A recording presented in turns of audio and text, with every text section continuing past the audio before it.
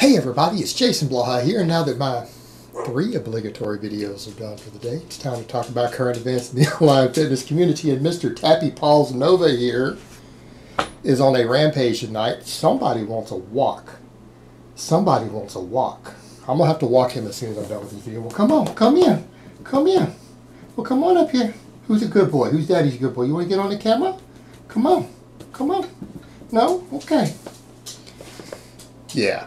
He wants a walk. He keeps running to the door. I hope he does not poop while I'm filming this video. He's doing better. Someone asked me the other day, how's he doing? He actually had an upset stomach the other day, but he's doing a lot better. I think he ate a pillow. And you guys know how it's not good for his digestive system. But, oh, somebody's back over here. Come here. Who's a good boy? Who's daddy's good boy? Come here. No? Come on. Well, come on. No? Okay. He's going to be back and forth. All right, guys, before I get off topic here, I saw V-Shred's video on deadlifts, and damn. So let me put on my +5 hat of weaponsmithing, work on skill in my crafting a little bit, and let's talk about this. And I actually had to take some notes. All right, you know, that's interesting. We have a guy like V-Shred who is putting his name everywhere in YouTube fitness, trying to teach people stuff, and he doesn't know anything about the deadlift. And when I mean doesn't know anything about the deadlift, I don't think he's ever done a deadlift in his life. Doesn't know the exercise selection, doesn't know the types of them, doesn't know what they're called, doesn't know what they're for. Now, this is a guy who claims that he's an expert on lifting, mind you, and that he's got programs that he can assess your body type and tell you what sort of lifts and program you need. He doesn't even know the types of deadlifts.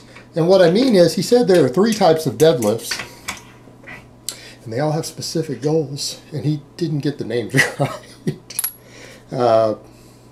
Didn't get the names right. I can think of more than 3 off the top of my head. You have the normal deadlift, also known as the conventional deadlift. You got the sumo deadlift. You got the deficit deadlift. You've got block pulls. Some people would do rack pulls, but I wouldn't count those as anything. You should never do a rack pull, completely useless exercise. Block pulls would fill the role that would fill.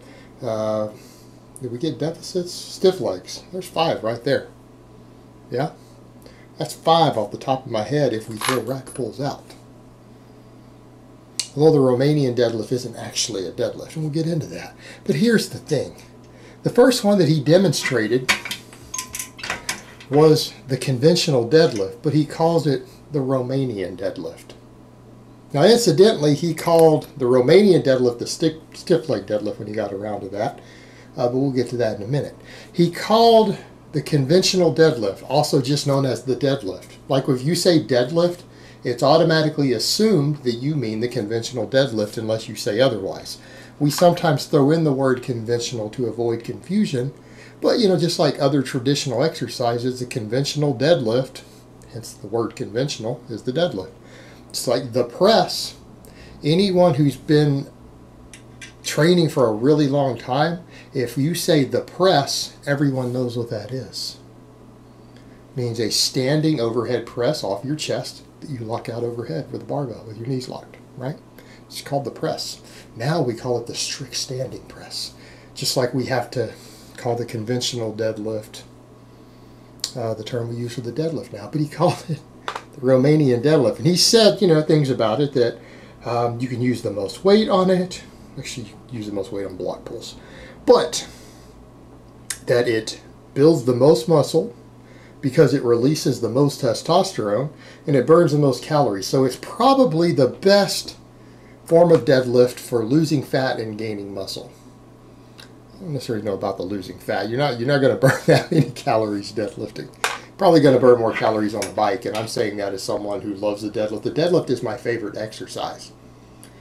I don't know that I would agree with that point about burning many calories on it. And I do a lot of volumes of deadlift. You guys have watched me come in and do like 8 sets with just under 500 pounds beltless. 8 sets. I don't think I burn that many calories doing it, to be fair. I mean, you burn a fair amount. But the point about building the most muscle, he's saying it releases the most testosterone. Again, there's no evidence for that. The studies that we have looked at out there, the meta-analysis, not studies. When you have a meta-analysis, you can throw individual studies away. They're pointless.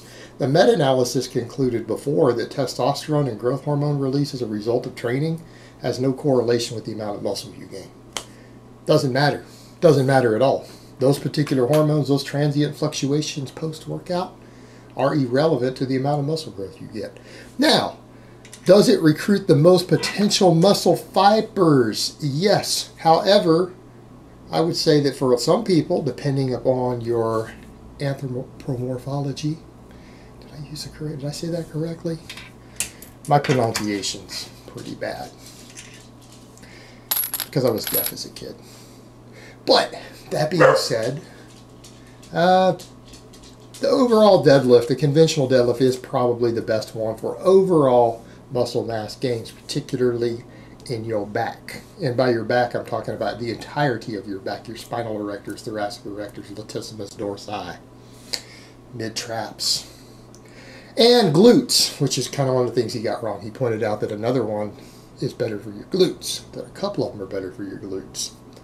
That is not true. A conventional deadlift is actually fantastic for glutes.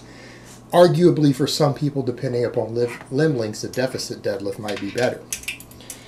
But the testosterone release, nothing to do with it. Nothing to do with it at all. But that's what he pointed out, that people should be doing the conventional deadlift whose goal is to gain the most muscle or lose fat. I wouldn't necessarily disagree with that, other than he kept calling it the Romanian deadlift, and he kept saying the Romanian deadlift is best. Well, no, not at all. Not at all for that.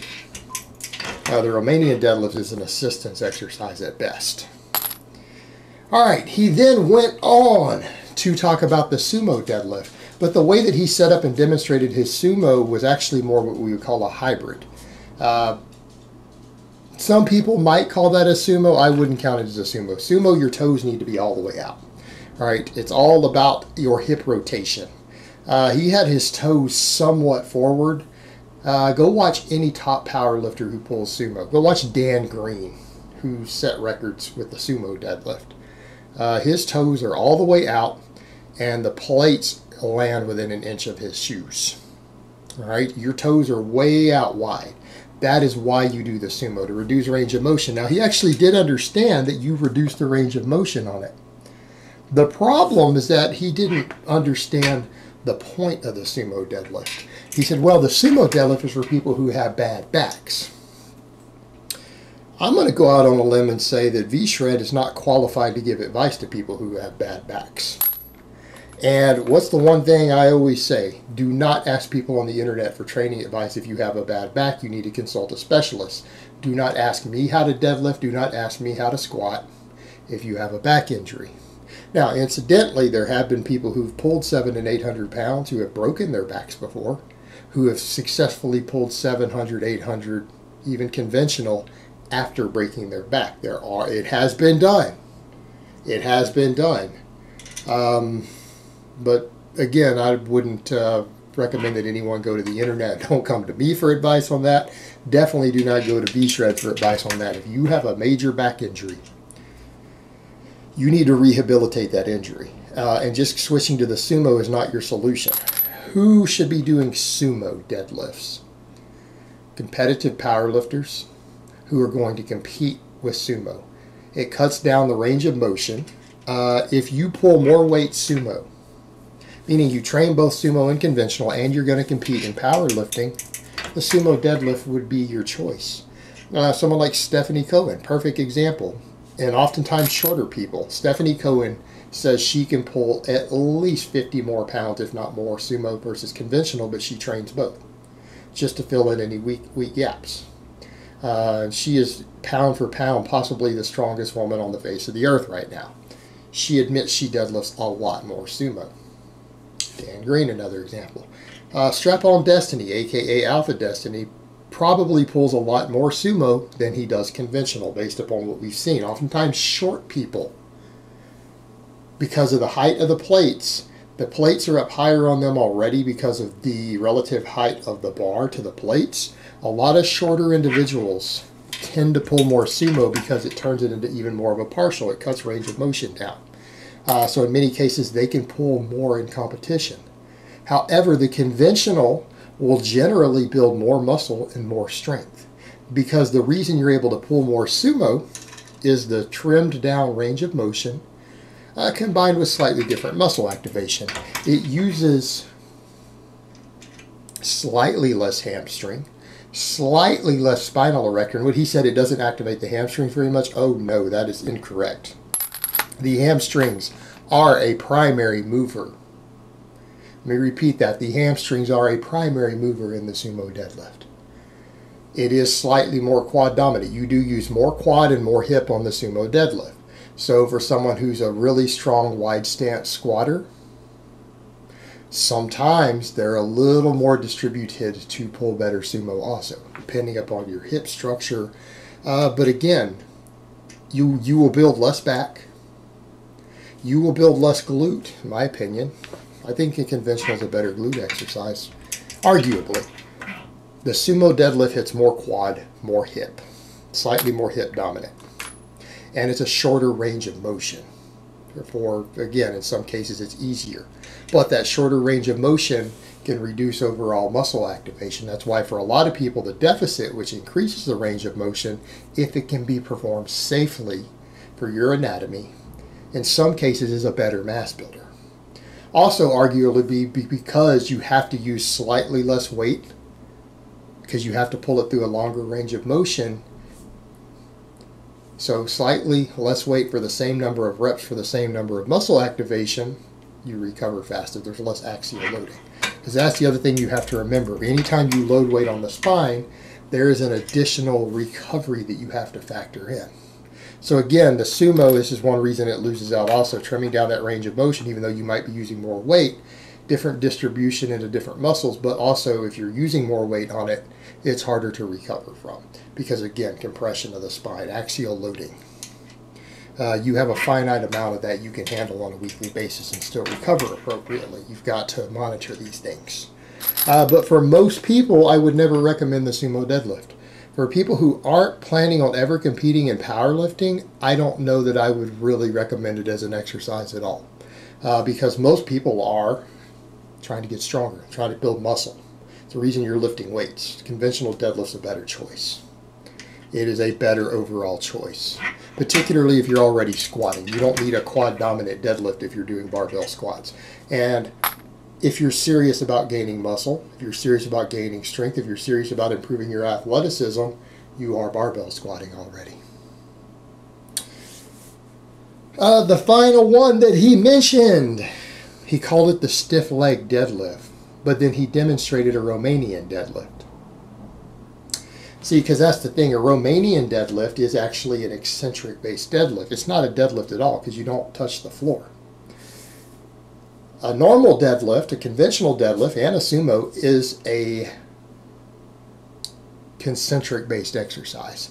The focus is on lifting it off the floor explosively from a dead stop, hence the term deadlift. Deadlift, lifting from a dead stop. Off the floor, deadlift. That's where the term comes from. For those who are unfamiliar with why we call it that, no, not because it kills you. Sometimes when you deadlift for any sort of volume, you feel like it's going to kill you. But unless you have a heart condition, it probably won't. It just feels that way, but you're pulling from a dead stop. The Romanian deadlift came out of some Eastern Bloc countries as an accessory exercise in weightlifting that was an eccentric-based exercise used to help build the hamstrings and the spinal erectors by using a stretch reflex or a myotatic reflex in the hamstrings. Because the bar never touches the floor, you focus on the eccentric and then you snap up with the stretch reflex, right? It's there to build your hamstrings. I don't think it has the glute building potential that the conventional or the deficit deadlift does. It's, you know, again, he tried to say, well, this is used to build your glutes. No, it's for hamstrings and lower back, because you can work the lower back with less recovery issues, because you can train with more volume on it because it's easier to recover from. And it's an easier exercise to perform. Therefore, it is generally an accessory movement specifically for hypertrophy for some people's weak areas. Now, some people would say, as he said, it was probably the best exercise for the hamstring. No, it's not. There are a lot better exercises for the hamstrings. Because the problem you have is that out of your 3 heads of the hamstring, only 2 of them get worked directly by the Romanian deadlift. Your biceps femoris does not. because it doesn't have the flexion of the knee that you need. It's purely a hip hinge exercise. So here's kind of the point we get to. You've got this guy here trying to give advice and selling programs and everything else, doesn't even know the names of the deadlifts. He got 2 of them wrong. And even his sumo, arguably we would call it a hybrid because the toes weren't out. It was a fairly wide stance. His hands were inside of his legs, but it wasn't wide enough to be a true sumo, because a true sumo, you squat down to the bar and pick it up with your toes all the way out, not just a wide stance. It's all the way out. What he demonstrated is what a lot of people call like a hybrid deadlift. So again, he has no clue what he's talking about, and he's charging people for advice. He doesn't know anything about training. It's scary. Alright guys, but that's really all I have to say on that today. I hope it's been informative, and I will talk to you guys next time.